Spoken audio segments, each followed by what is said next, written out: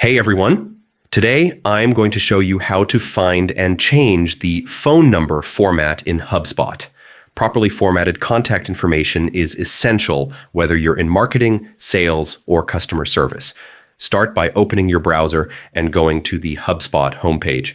Click the login button at the top right and enter your credentials. If you've forgotten them, HubSpot lets you retrieve or reset your details.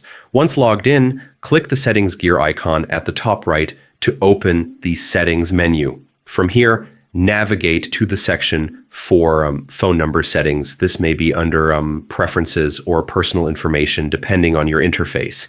Here you can view your current phone number format and select the one that fits your regional or business needs. HubSpot offers options that comply with international standards, ensuring clarity and consistency. After choosing your preferred format, make sure to click Save so your changes take effect. And that's it. Now, all your contact numbers are properly formatted and ready to use.